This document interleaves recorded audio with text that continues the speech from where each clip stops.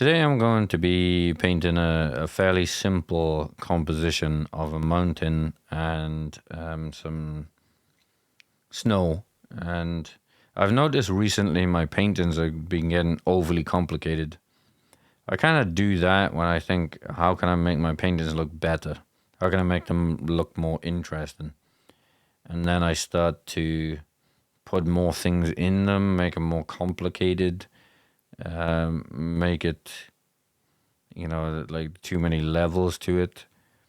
Most of the time, we really just want to keep things simple and and nail the concept and nail what you're trying to do, which is obviously very, very difficult and generally does not happen, of course. So we have a vision in our mind that we want the painting to look like X, Y, Z, and I would almost guarantee my paintings look nothing like I thought they would look like.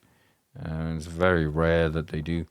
Although I don't overly worry about what I'm trying to achieve. What I'm trying to achieve is have fun painting, and most of the time I manage to do that. But what I'm talking about now is trying to keep things simple. So this is just a big mountain.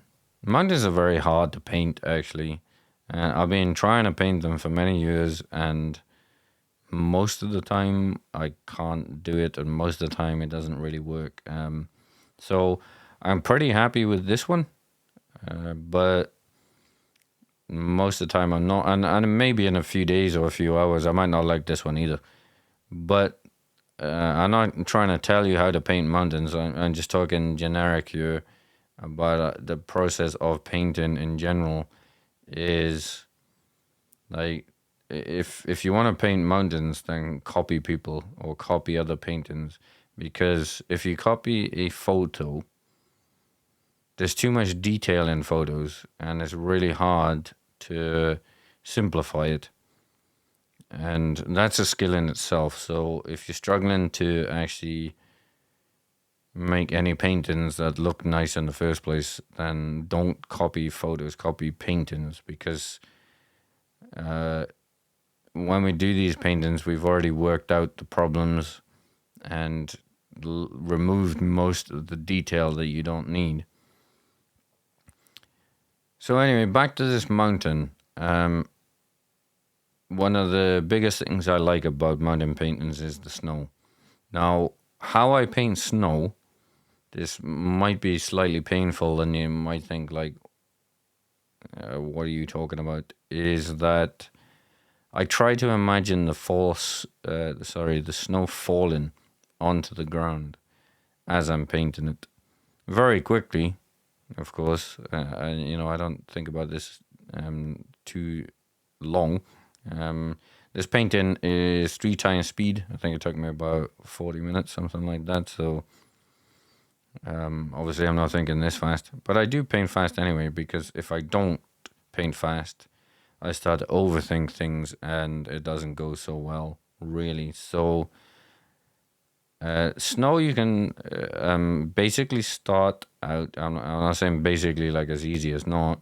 Start out with a light color, of course. Don't go white. Don't go anywhere near white. The white basically does not exist in reality. So I know my paintings here are pretty stylistic, but this is grounded in some sort of reality. So you have to, stick to some rules regardless of your style. Unless you go nuts, I don't know. Tell me I'm wrong. I don't mind. But so it is just like off-white, like you paint your house off-white for the same reason, really. So pick an off-white, but then you need to shadow the snow, and that's what makes it look good, basically, is and most of the time, just use a blue. So a fairly unsaturated blue. And whenever the mountain covers the snow, you're going to see this blue. Now you can put this kind of blue almost everywhere, and I'm not sure I got this too right because on the right side of this big mountain, I think the snow should be probably more blue. So I didn't make it dark enough on the right side of this mountain because the light is coming from the left, and you're going to imagine this in 3D. So if you close your eyes, you imagine this mountain and you see the big ridge right down the middle is going to completely wipe out pretty much all of the sun hitting the right side. So I don't think the sun I have hitting the snow on the right is correct. I think the snow would be darker. So I'm making this voiceover after I finished it. So I'm kind of critiquing it right now. So it's much easier to see your mistakes once you give it, an hour or whatever. I painted this a couple of hours ago. And now I could probably go back and fix the fact that the snow is too bright on the right, but it doesn't really matter. Does it still work? Yeah, it still works. Is it perfectly correct? No, doesn't really matter though. And what I try to do when I critique like this, looking at my own painting, is to think, well, don't make that mistake next time. I probably will, to be honest. It takes me many, many goes of the same mistake to stop making that same mistake. But when I'll paint the next one, if I do something similar, when I am halfway through or towards the end or something, I'll skip and have a look at my other paintings and think, okay, well, that's wrong, so don't do that. And it's a learning process that literally never ends. And it can be exhausting sometimes, I'd say. But in a fun way, you gotta want the challenge. This is a marathon. It's definitely not a sprint. It takes a long time to understand your mistakes with painting. So you gotta, motivation is tricky. I had a comment the other day. It's like, how do I stay motivated to do this when everything I do is crap? And it's like, well, yeah. I mean, but that never really changes. I still think most of my paintings are crap because there's always a better painting out there, and there's always a better, skill level out there, and they managed to nail it and you didn't. But it's don't worry about that. It's about you trying to enjoy what you're doing, and if it's fun, does it really matter if it works in the end? No, I don't think so. But anyway, back to this painting. One thing you can do, which is really cool, I think it's one of the coolest things I see in paintings. I got inspired by this to do this kind of painting because I saw a similar painting to it. And what I like about it is you make your trees really small. So if you have these little trees down the bottom, it makes the painting more epic because you understand trees are like 20 foot or whatever, generally. So you know that if that's 20 foot of a tree, or 10 foot, whatever, it doesn't really matter. And, well, this mountain must be huge then, right? So scale is tricky.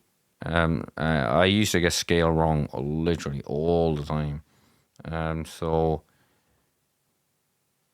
if you want epic, which is great, there's a little trick. I mean, if you want to put a person in there or something, you'll get epic. But I mean, if you go super epic like this, like it's super massive, then you see the trees in the front. You can't quite see them now. Hopefully, I zoom out, and there we go. So, the trees are big, and you wouldn't even be able to put a person in this because it'd be so small. It'd be ridiculous. But I'm coming to the end now. This was really fun. This is really fun. Kind of hard a little bit, but fun. And I've messed up the right side of the snow, I think. So I probably need to pay attention to that next time.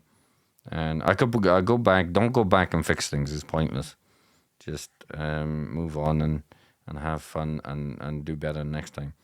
But if you like this, give me a subscribe if you haven't already, and a like, and give me a shout on what you'd like to see me try and paint next time.